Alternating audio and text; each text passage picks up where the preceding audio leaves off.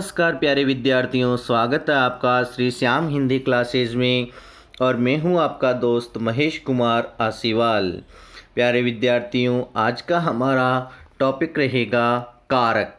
किसे कहते हैं कारक? कारक क्या होता है, इसके बारे में हम आज जानेंगे। तो देखते हैं कारक। कारक क्या होता है? परिभाषा: संज्ञा या सर्वनाम के जिस रूप से उसका संबंध वाक्य में क्रिया, अन्य संज्ञा या सर्वनाम शब्दों से जाना जाए, उसे कारक कहते हैं। कहने का मतलब, वाक्य में संज्ञा या सर्वनाम का जो रूप होता है, उसका संबंध है वाक्य में क्रिया से या अन्य कोई संज्ञा या सर्वनाम शब्द आया है, उनसे जाना जाता है। तो वह जो जानने की जो क्रिया है वह कारक उसे कारक कहते हैं। कारक में विभक्तियाँ और परसर्ग, ये दो नाम आते हैं। एक आता है विभक्ति, एक आता है परसर्ग। तो देखते हैं ये दोनों क्या है, किसे कहते हैं विभक्ति और क्या होता है परसर्ग। तो देखिए, संज्ञा अथवा सर्वनाम का संबंध क्रिया या दूसरे शब्दों से बताने के लिए उनके साथ शब्द चिन्ह लगाए जाते हैं, उन्हें विभक्ति या परसर्ग कहते हैं। कहने का मतलब, संज्ञा अथवा सर्वनाम का संबंध क्रिया या दूसरे शब्दों से बताने के लिए उनके बीच में जो शब्द चिन्ह लगाए जाते हैं, उनको विभक्ति कहते हैं। जैसे ने, को, से, के लिए, में, पर, का, की आदि। ये सारे के सारे विभक्ति चिन्ह कहलाएंगे या फिर इनको परसर्ग कहेंगे। तो जितने भी ये कारक हैं, इन कारकों के जो चिन्ह हैं, इनको परसर्ग कहते हैं या विभक्ति चिन्ह कहते हैं। आगे है कारक के भेद, कि कारक होते कितने प्रकार के हैं। तो प्यारे विद्यार्थियों, हिंदी में कारक 8 प्रकार के माने जाते हैं। पहला कारक होता है कर्ता कारक। कर्ता कारक का जो चिन्ह होता है वो होता है ने।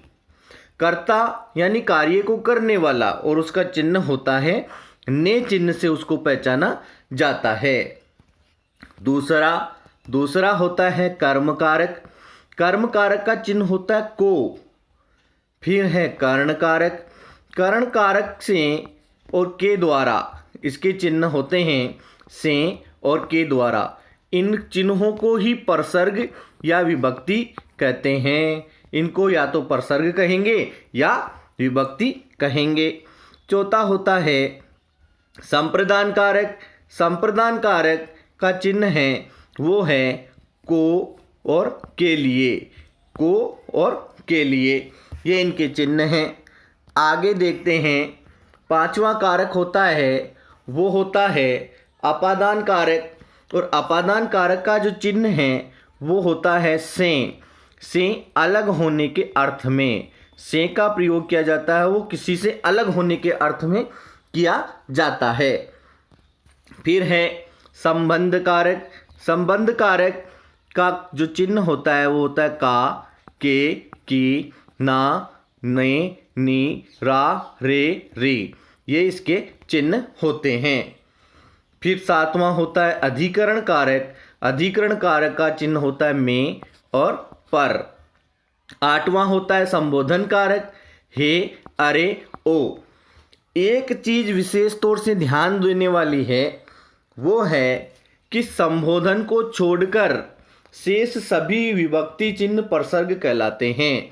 यानी संबोधन कारक के जो चिन्ह हैं, उनको छोड़कर के जितने जो 7 हैं, वो 7 कारकों के चिन्ह विभक्ति चिन्ह परसर्ग कहलाते हैं।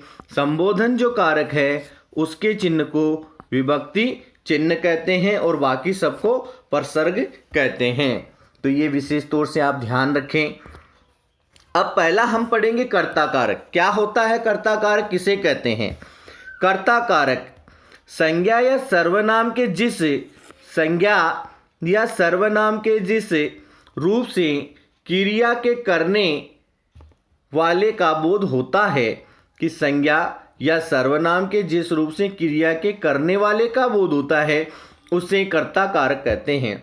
यानी वाक्य में हमें ये पता चले कि कार्य कौन कर रहा है, कार्य को करने वाला व्यक्ति कौन है, तो जो कार्य को करने वाला जो व्यक्ति है वही कर्ता कारक होता है और उसके साथ में ने विभक्ति चिन्ह का प्रयोग किया जाता है।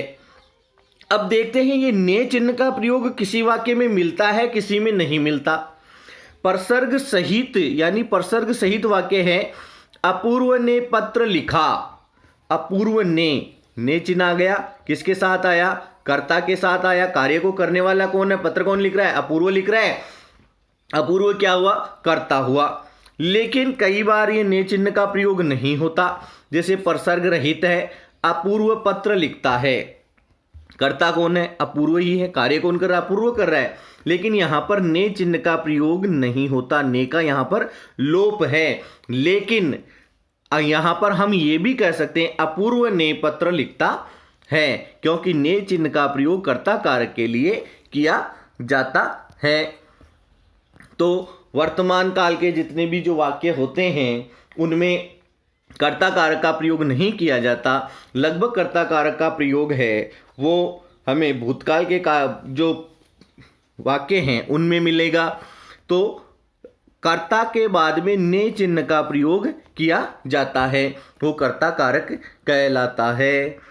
आगे है दूसरा है कर्म कारक। किसे कहते हैं कर्म कारक, वाक्य में जिस संज्ञा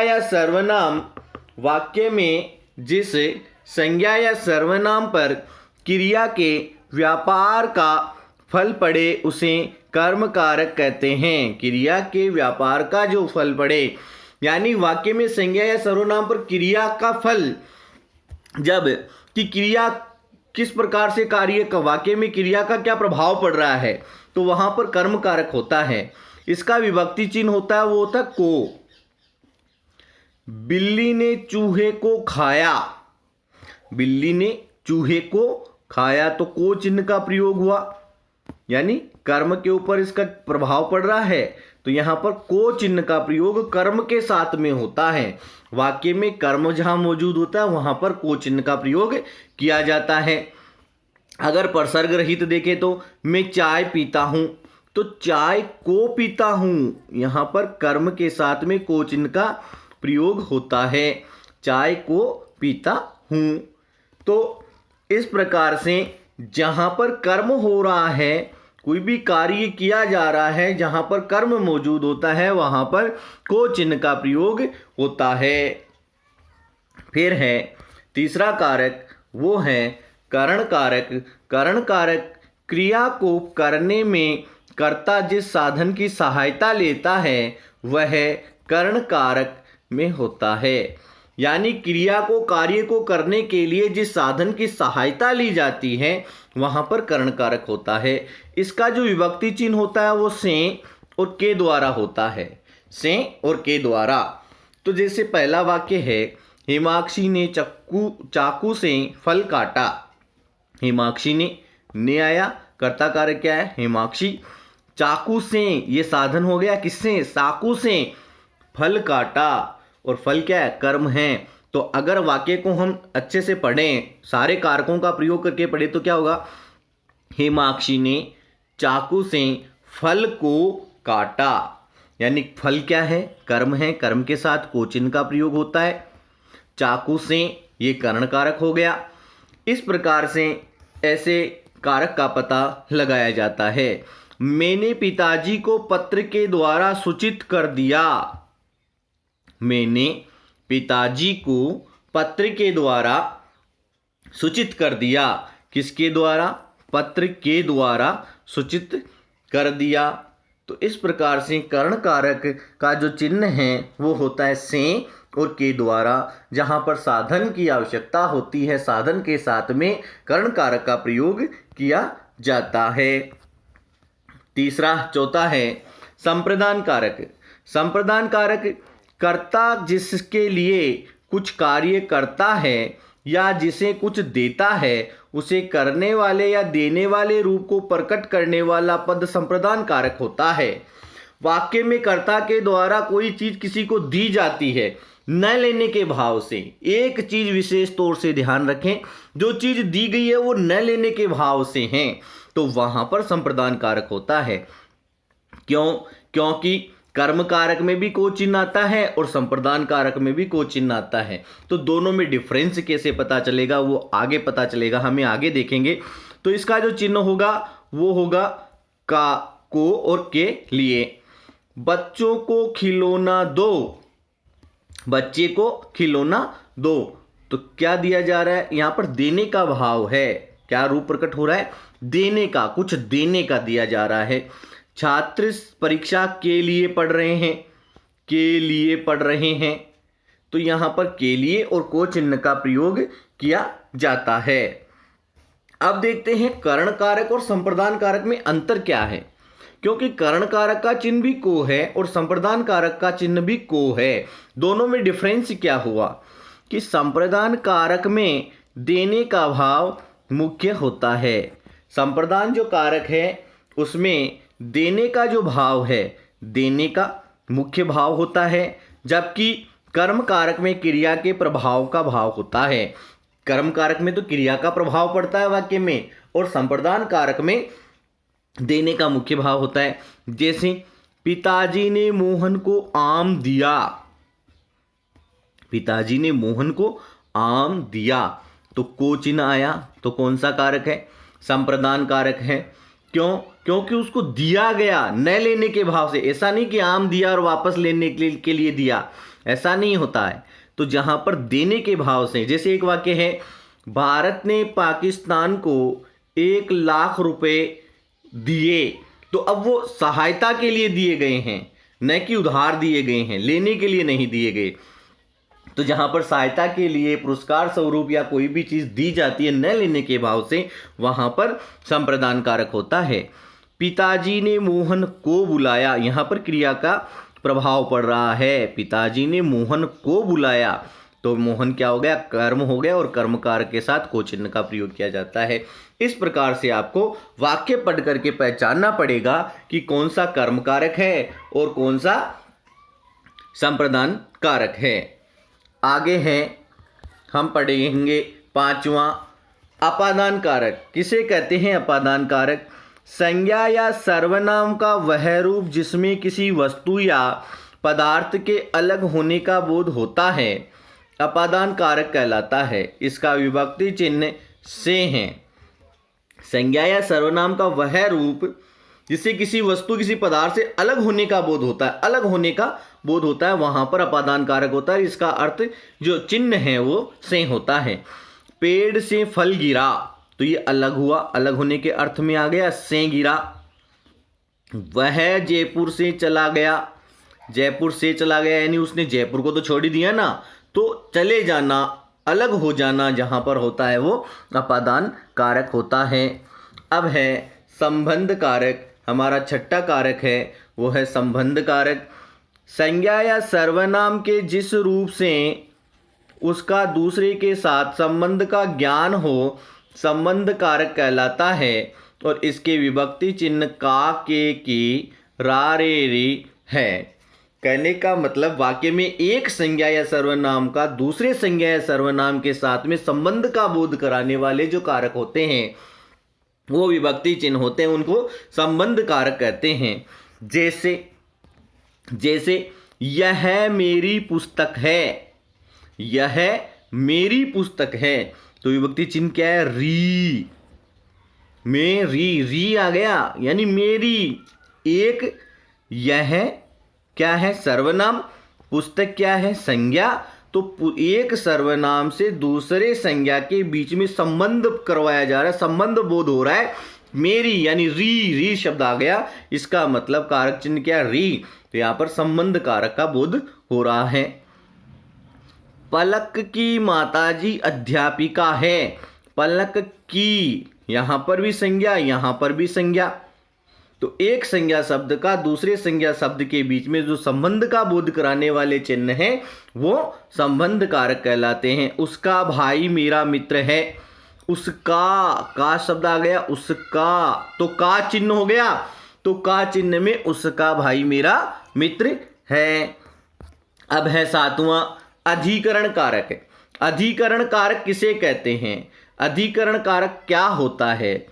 संज्ञा या सर्वनाम के जिस रूप से क्रिया का आधार, स्थान, भाव या काल ज्ञात होता है उसे अधिकरण कारक कहते हैं और इसके विभक्ति चिन्ह हैं में, पे और पर होता है। यानी संज्ञा या सर्वनाम के जिस रूप से क्रिया का जो आधार यानी स्थान का पता चले, उसके भाव का पता चले, उसके समय का पता चले, वहाँ पर अधिकरण कारक होता है। इसकी विभक्ति चिन्ह है में, पे, पर। पक्षी पेड़ों पर रहते हैं, पर यानी यहाँ पर स्थान का बोध हो रहा है। किसका बोध हो रहा है? स्थान का बोध हो रहा है। यानी पक्षी पेड़ों पर रहते हैं, भाव क्या आ रहा है क्रिया का? स्थान का भाव आ रहा है। ठीक है। फिर है मैं 2 घंटे में आता हूं, समय का, काल का बोध हो रहा है।